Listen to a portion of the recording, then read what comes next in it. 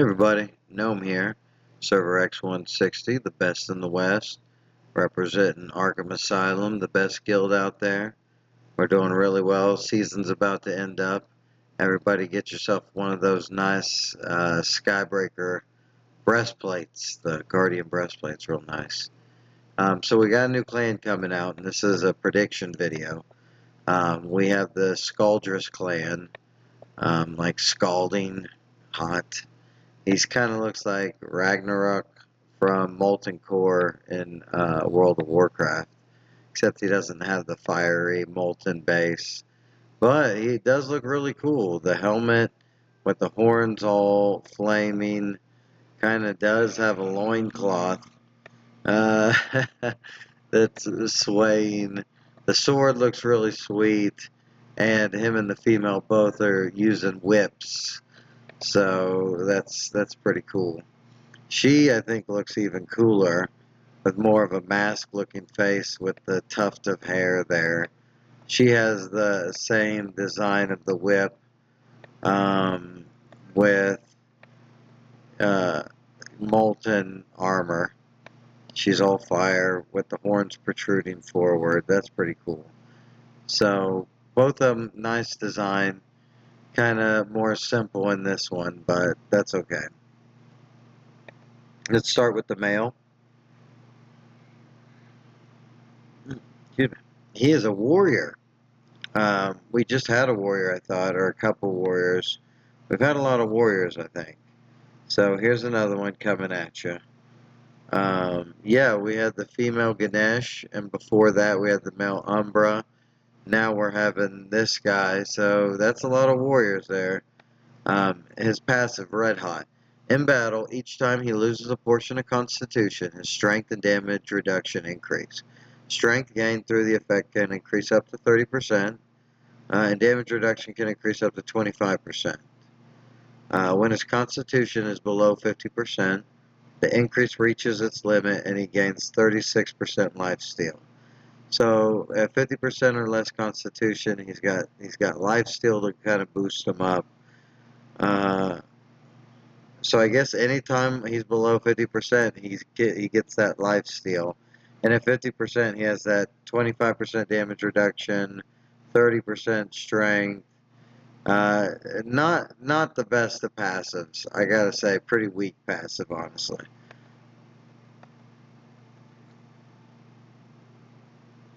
Excuse me. Uh, his active. Blaze Whiplash. Swings the lava whip forward for a powerful whiplash, dealing 920% strength damage to enemies in a fan-shaped area and permanently increasing the damage enemies take by 13% up to 39%. So he can use this 3 times on enemies, and throughout the battle they'll take up to 39% more damage the whole battle. That's really nice. After this skill, the skill damage taken is reduced by an additional 25% for the next 5 seconds. So he gets more protection after he uses it, causes enemies to take more damage, no duration for the whole battle. His ultimate, Flames of Fury, swings the lava whip to bind the enemy champion with the highest damage dealt. That's nice. Then dashes to the target and uses the lava blade to attack 3 times. The first 2 attacks deal 360% damage.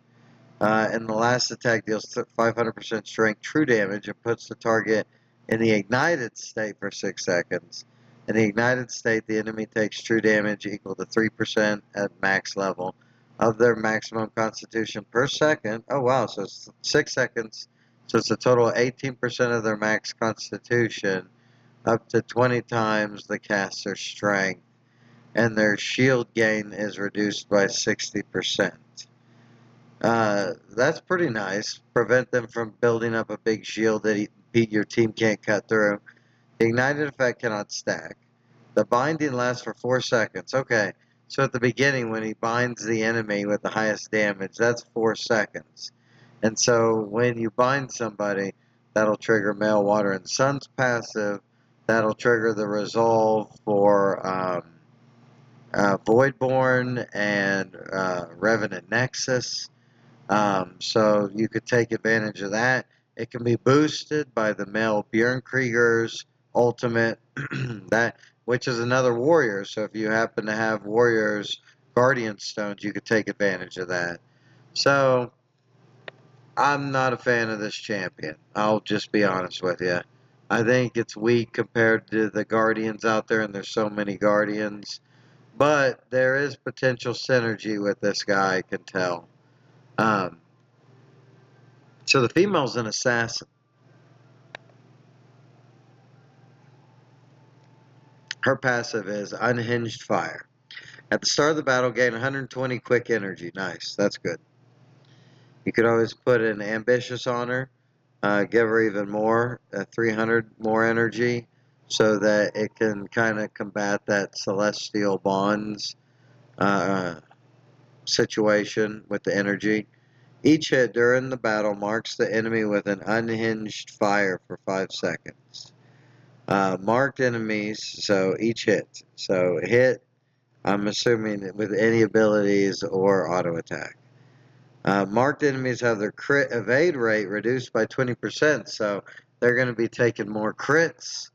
For each marked enemy on the field, increases they meant her, energy gain efficiency by 4%. So she gains some more energy when she takes hits and deals damage and all the fun stuff. So this basically getting her closer to her ultimate. So we're thinking maybe an energy regen might be good too, because maybe the energy gain efficiency might work with energy regen. You never know. The active is Flaming Chains. Use the Lava Whip to bond the two enemy champions with the highest strength for 5 seconds. That's pretty cool. Normally have about 2 damage dealers per team. During the bond, both take 24% increased damage. That's nice. When one takes damage, the other also takes 40% of that damage. That's really good. Up to 10 times or 1,000% of the caster's strength.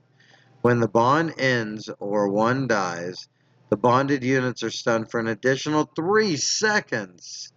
So they're bonded for 5 seconds, and then after the bond ends, assuming one isn't dead, when the bond ends or one dies, the other one basically, so if one dies, one becomes stunned. For 3 seconds is a long time. Bjorn Krieger can amplify that. That's going to trigger a whole bunch of abilities that trigger off of like Resolve and everything we mentioned earlier. If there's only one enemy champion, bond with them instead.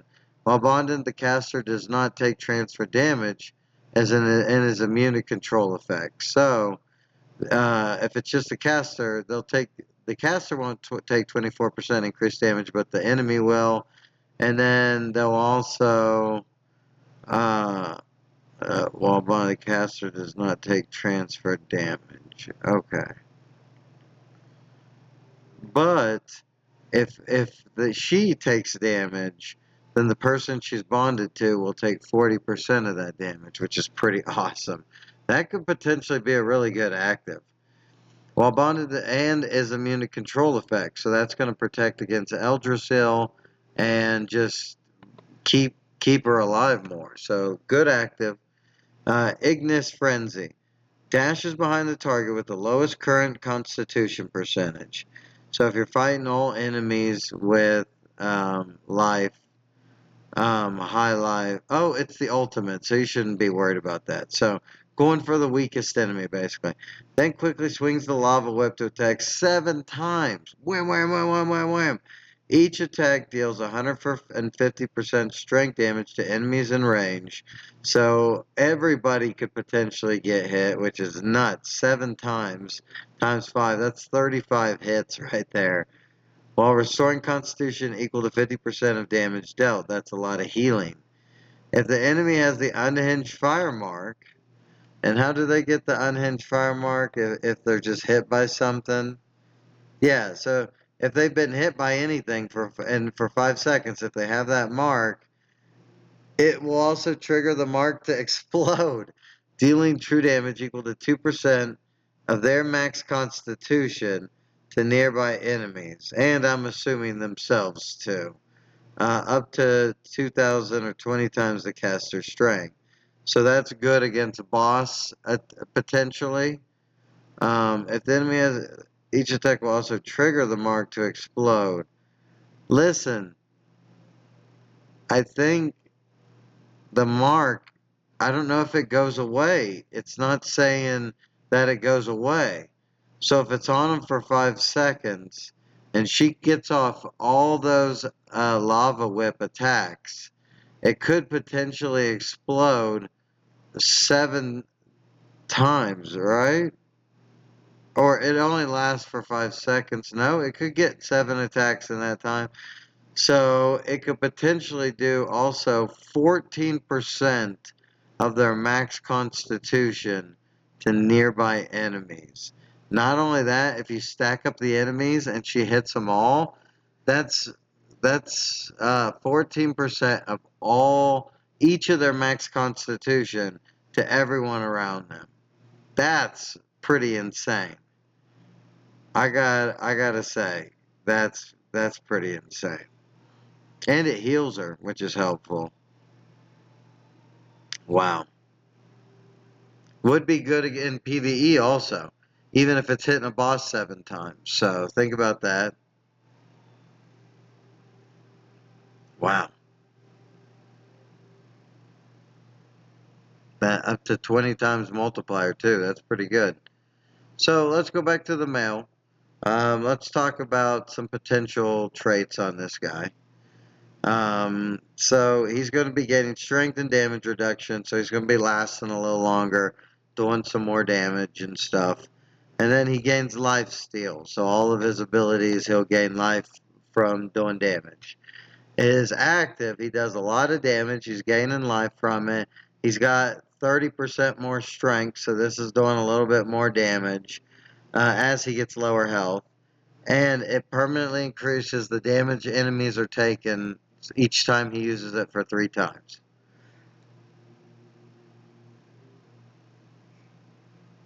Excuse me. That could be good in PvE also. Increasing a boss's damage taken by 39% the whole battle. That's pretty nice. And then he takes less skill damage afterwards for 5 seconds after using it. And then his ultimate, remember, he binds the enemy, he jumps in, attacks 3 times, with the last one being true damage, ignites them so they take true damage of their max health per second. And then if they have a shield gain, if they gain any shield during that time for the 6 seconds of the ignited state, it's reduced by 60% of what they would normally get. The ignite effect can't stack. The binding lasts for 4 seconds, during which the target cannot move or attack, which is pretty awesome. Basically, a stun, triggering anybody who does well with stun. So for him, you're probably, yeah, you're going to need a brutal here, because also this scales with strength, the 2000% caster strength. Um, he has good life steal, so you're going to want to do a lot of damage. He has the ability to bind people. His whip hits a lot of people, so you could hit the Requiem's clan trait, which produces enemy crit rate if they get hit by his active. That could be really nice, really beneficial. And then again, he's going to be taking less damage, so that he won't need honorable for sure. Maybe getting him an energetic for a little bit of survivability. So a brutal, um, maybe a team buff, a barrier. Since he's got brutal, barrier would do really well. I'd probably get that on him too. Yeah, because you're going to want to kind of build him tanky, basically. He seems to kind of be a disruptor. He's making the enemy team take more damage. Um, so you could potentially put a hulking on him, a barrier, brutal. If you want to build more damage, you could go fierce if you need to do that, if you don't have many options. Steadfast would work too. He doesn't really get much involved with crit, so I don't think you need much crit on this guy. Energetic could work. Um, If he's dying really quick, energy harness could work. Yeah.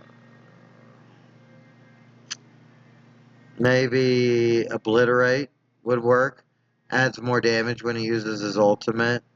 You need energy regen potentially. You want his ultimate to go off quicker. It's a nice ultimate. Takes an enemy out of the battle for a second. So let's talk about the female's traits. She's gaining energy. So you could potentially do a pure heart, especially because her ultimate just rocks people with damage. It heals her. So you wouldn't need a cutthroat or she is going to need a brutal. She's very strength dependent. She scales off strength again down here for her ultimate. For her active, she scales off strength. She bonds the enemies. They go off the caster strength here. But not too much right here off the caster strength. Just the damage that they give to the other one as they're bonded. For each mark limit increases energy gain. So an energy regen probably just to get her to use her ultimate a whole bunch. You could put her with the female Ganesh to give her a ton of energy, and she's really going to be able to use that. Um, you could potentially put Fearsome or Hexproof on her because she's attacking a lot and a lot of people. She has a chance to proc either of those, or again, a Pure Heart. So if anyone does put a debuff on her, then she could potentially get that off of herself. I'd probably go Barrier again, keeping her alive. She just does this bond here.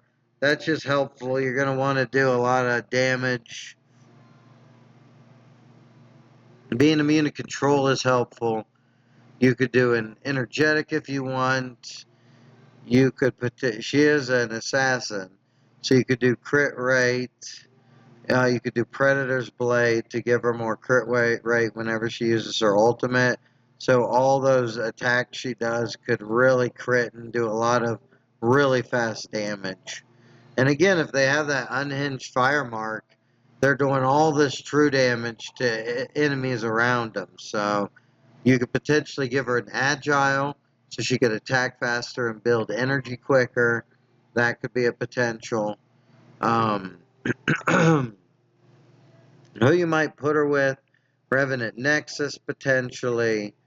Farouk to give her shields and then to give her more strength to add to some of this stuff, increasing her everything that's based off strength here. I don't know. I don't like her very much either. I think that you can just kind of, it's a typical warrior, typical assassin. I can't see these champions really being used in the meta. So I think, yeah, I'm gonna get them both just to see because her whip, her ultimate, which she also gets higher energy regen, and so I think they're trying to say you want her ultimate to go off a lot because when they explode for each hit, if anyone's marked by that heavenly thing, that could potentially do a ton of damage. If everyone explodes, that's 14% of their max con to like everybody. So that's like probably in game like 50 to 100 million each just dropping around each other in an AoE.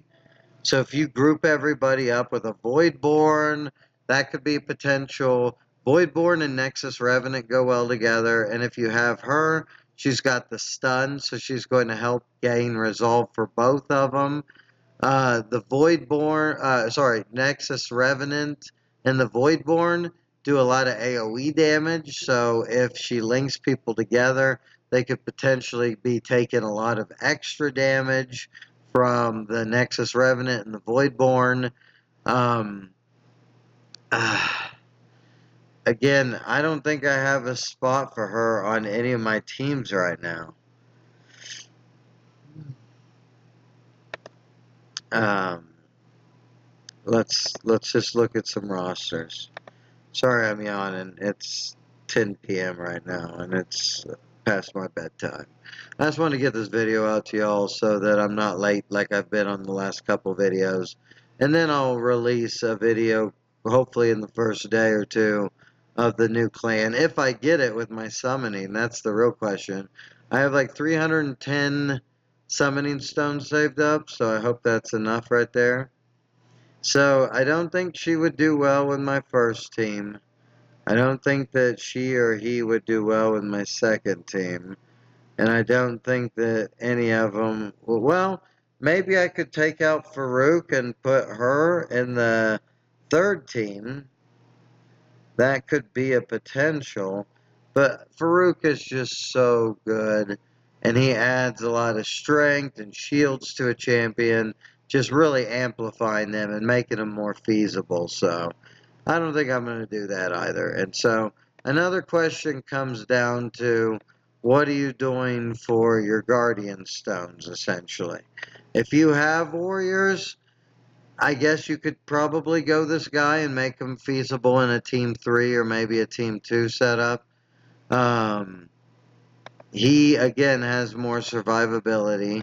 He has his whip where he holds them for 4 seconds and flies in with his blades and attacks them. So you have that potential as well. Oh, this is so annoying. I don't know why it started. Sorry, y'all. I was going to show you more stuff, but it just... BlueStacks has to catch up. It doesn't have everything cached that I've accepted all this, so... Notification after notification after notification. Oh, there we go. So if you have the Guardian Stones, and if you have all my assassins are maxed. The only ones that aren't maxed are Marksman and Warrior, because those are the champions I don't use, except for PvE. I use them for PvE, so you could see I have it 6 out of 6 for the strength. I have the hit up there, and as I get some more, they'll go to that. But you can see I almost have 700. I'll probably put that into marksman strength because I use female Umbra for PvE. She does fantastic, and I think upping her strength and her hit would be beneficial. And if I ever rebuild a female Dire, that would be really helpful as well to get her back in. She's great at PvE and PvP. So, anyhow, figure I'd release this quick video, about 25 minutes long. All the Guardians would probably work with this champ, but I kind of mentioned the main ones that I would look at. I guess we could look through here real quick, sorry. So she holds people down. She amplifies AoE damage, essentially. Um, remember, she sneaks in to the person with the lowest con, I think it was, when she uses her ultimate with the lowest current con. So whoever's lowest, if they're all stacked up though, she's gonna like whip all of them. And so any people that can stack them up, so Voidborn, male Ho, female Tide Razor, anyone that can bring people together, if you know what I mean. Umbra, male Umbra, kind of groups people together, so that's a helpful ability for her ultimate. Yeah, this one, I'm gonna have to play with them, see if there's any viability there. But yeah, not impressed so far. Again, I'll get them, but I'm not gonna put many resources into this. I got a lot of catch up to do after the new Celestial Bond increase. There's a lot of people that are way stronger than me now that I gotta try to catch up to. Anyhow, thanks for stopping by and checking out my video. Hopefully you're excited, and hopefully this clan will help somebody. But I look forward to seeing you in the game. Later.